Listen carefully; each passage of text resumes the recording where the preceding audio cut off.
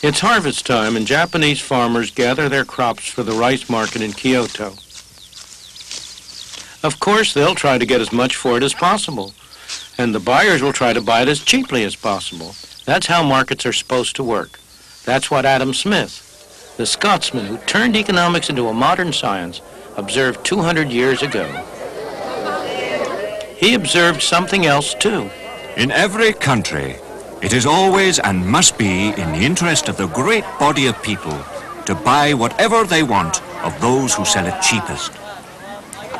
The proposition is so very manifest that it seems ridiculous to take any pains to prove it. Nor could it ever have been called in question had not the interested sophistry of merchants and manufacturers confounded the common sense of mankind. Their interest is, in this respect, directly opposite to that of the great body of people. Adam Smith's flash of genius was to see how prices that emerged in the market, the prices of goods, the wages of labor, the cost of transport, could coordinate the activities of millions of independent people, strangers to one another, without anybody telling them what to do.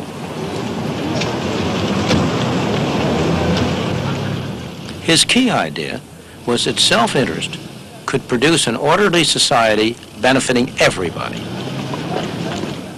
It was as though there were an invisible hand at work.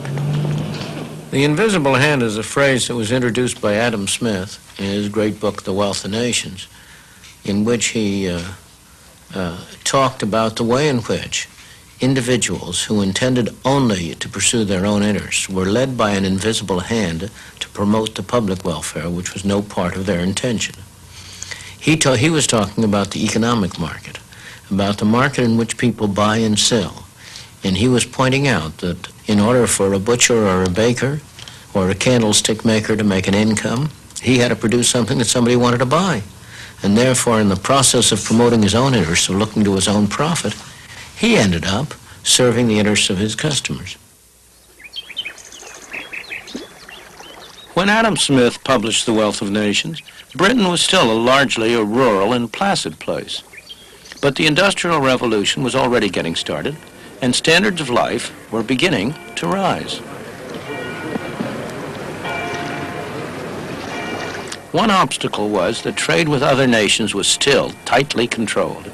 Merchants in the home market had persuaded the government of the day to impose heavy duties and taxes on all foreign imports in order to ensure themselves a protected market.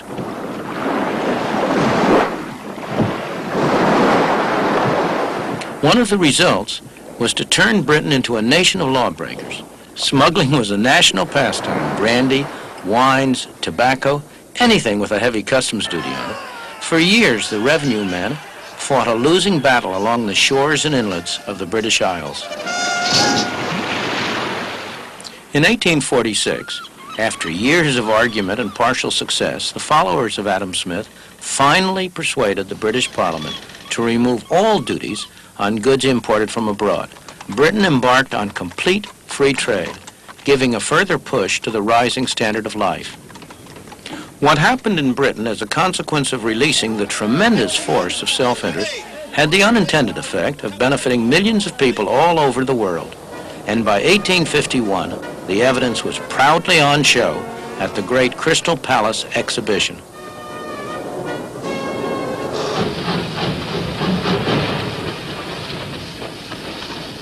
Free trade enabled Britain to become the workplace of the world.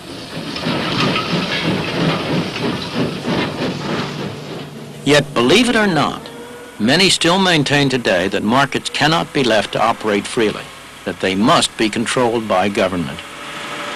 This dockside is in Scotland. A British government, a socialist government, decided that its role was to protect the workers here from competition. So down there in Govan shipyards, they're building these vessels for the Polish government. To get the order, the British government is using the money of British taxpayers to subsidize the work. In other words, British people are making these ships in order to sell them at a loss to the Poles.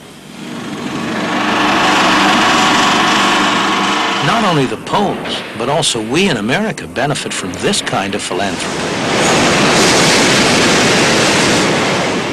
The steel industry in the United States makes a fine product. Other countries do too. And their steel is often cheaper, sometimes because their taxpayers subsidize it. So why shouldn't the American consumer buy steel wherever he can get it cheapest, at home or abroad? The American steel industry works very hard trying to persuade us that it's not in our self-interest to buy in the cheapest market. They urge the government to restrict what they call unfair competition.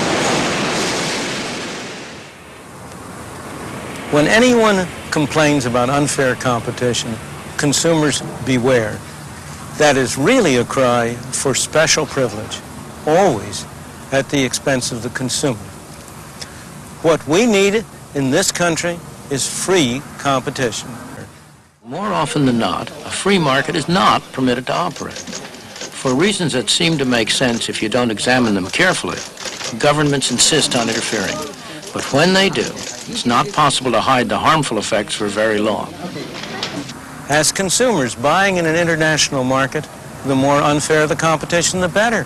That means lower prices and better quality for us.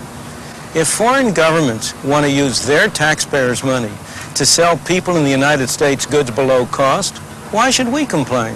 Their own taxpayers will complain soon enough, and it will not last for very long. History provides lots of evidence on what happens when government-protected industries compete with industries who have to operate in an open and free market. It's almost always the government-protected industries that come out second best. This film has set me on edge. There is political, social, ethical considerations which do not reflect in the economic philosophy put out. There is a pervading feeling in this that the individual worker is to be totally sacrificed for the overall good of society. I don't see how possibly you can sacrifice individuals for overall good for society, because society is nothing but those millions and millions of individuals put together. And nowhere is there any consideration given to the social and the ethical aspects of the free trade formula that you advocate. Let's get other views now around the group. What's your reaction, Don Rumsfeld, as a businessman, to the idea that Milton Friedman has advanced that America ought to buy in the cheapest markets, the cheapest goods, without protecting against them? It bothers me to hear social and moral arguments invoked in an issue like this, because it seems to me the measure is what actually happens to human beings. Each individual ought to be concerned about humanity. For a single individual who's unemployed, that's 100% unemployment. Absolutely. And we recognize that. I recognize that.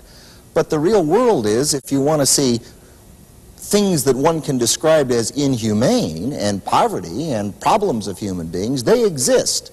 And the test ought to be what works, what in fact will provide a circumstance that will be more dynamic and more productive in the world. It is true that in the long run we would all be better off with free trade. I agree with Milton. But it's the short run that matters. And in the short run there are serious adjustment problems. Now there's no question that the developing countries need access to markets such as American markets. And America needs them to export so that they can export more to developing countries. American exports to developing countries have moved from something like 20% of total exports to 30% over the last 10 years. But the adjustment is important, because what is happening at present is that it's not just a random group of workers that is affected by this trade. It's the most disadvantaged and underprivileged workers in America which are being affected. And they are by and large women and members of minorities in garments, in electronics. And I think that the adjustment consists of action on both the developing and the developed country sides. But let's take the American side. On the American side, the unions and industry, I think, have to get off discussion about moral issues and get their act in order. I couldn't agree more with Helen. I think there is a very valid income distributional problem involved here. Certainly society gets better off. Consumers get better off as a result of cheaper imports, and I'm all for that, and there I agree completely with Milton. But if the incidence of the adjustment falls on disadvantaged groups, then you would want to do something about it. It really becomes an ethical issue. But the other point which I think Milton does bring up, which I disagree sharply with, is suppose if foreign governments do subsidize and actively promote exports to you, should you just sit back and just say, well, we're going to be better off as a result of this? I don't think that takes into account the fact that the whole international system can break down as a result of what people perceive in pluralistic economies as unfair competition emerging. And I think this is really what you're beginning to see. So we do need some sanctions. I mean, I may receive stolen property, and I'm better off. Of course I'm better off. But if as a result of this I encourage theft, I think few people would agree that that was something one didn't want to worry about. Before I call in Milton Friedman on this, a reaction to the comments? Yes, really to Don and to Helen. Don, you choose to set aside, or you appear to choose to set aside the social and the ethical considerations. And not at all. What I said was you have to put the fact on a scale that there are social and ethical considerations with a free market or without one. And the tendency is for people to invoke morality only on their side and not to recognize that there are problems of human being in this world that are going to occur in each case, and the measure or the test ought to be what actually happens out there and address that question. But you must also very much consider the social aspect of this situation. Helen's comment, the short-term displacement. I have a question for Milton at this point. How long do you put as a timetable on the displacement of these people, of these workers? 5 years, 10 years, a generation? How long will it be before overall society, balances itself out and the individual is no longer hurt? Let me take your last question first and then go to your basic question. I have always been in favor of phasing out tariffs over a 5-year period, a 20% reduction a year for 5 years to give people time to adjust. Now to your fundamental issue. I thought I had heard every objection to my views imaginable, but you are the first one who has ever accused me of putting the interests of society as a whole ahead of the interests of individuals. If there is one element in my social philosophy, in my ethical philosophy that's predominant, it is that the ultimate unit is the human being, the individual, and that society is a means whereby we jointly achieve our objectives. I would argue that the social and moral issues are all on the side of free trade, that it is you and people like you who introduce protection, who are the ones who are violating fundamental social and moral issues. Tell me, what trade union represents the workers who are displaced because high tariffs reduce exports from this country? Because high tariffs make steel, for example, or other goods more expensive. As a result, those industries which use steel have to charge higher prices. They have fewer employees. The export industries that would grow up to balance the imports, tell me, what union represents them? What moral and ethical view do you have about their interests? You still haven't answered my basic question.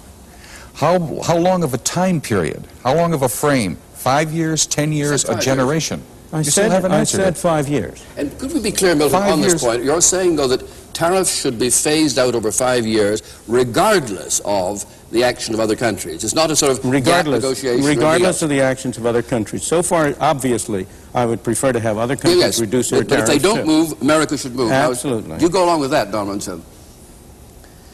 In other words, you're against reciprocal. I'm not you favor getting to truly reciprocal trade, but you're willing to get there unilaterally. Yeah. It seems to me that it's probably worth moving in that direction. I don't know where I would stop. I am not... Well, it's a 5-year program. Will you buy that? Well, it seems to me that you get action-reaction. To the extent you're doing something that makes sense for human beings, presumably that would be persuasive with others. Presumably there would be a logical sequence where other countries would begin to sense that that had a certain degree of validity. Why don't governments learn? Because governments never learn. Only people learn. And the people who learn today may not be the people in charge of economic policy tomorrow. As you contemplate this, you may come to agree with me that what we need are constitutional restraints on the power of government to interfere with free markets in foreign exchange, in foreign trade, in many other aspects of our lives.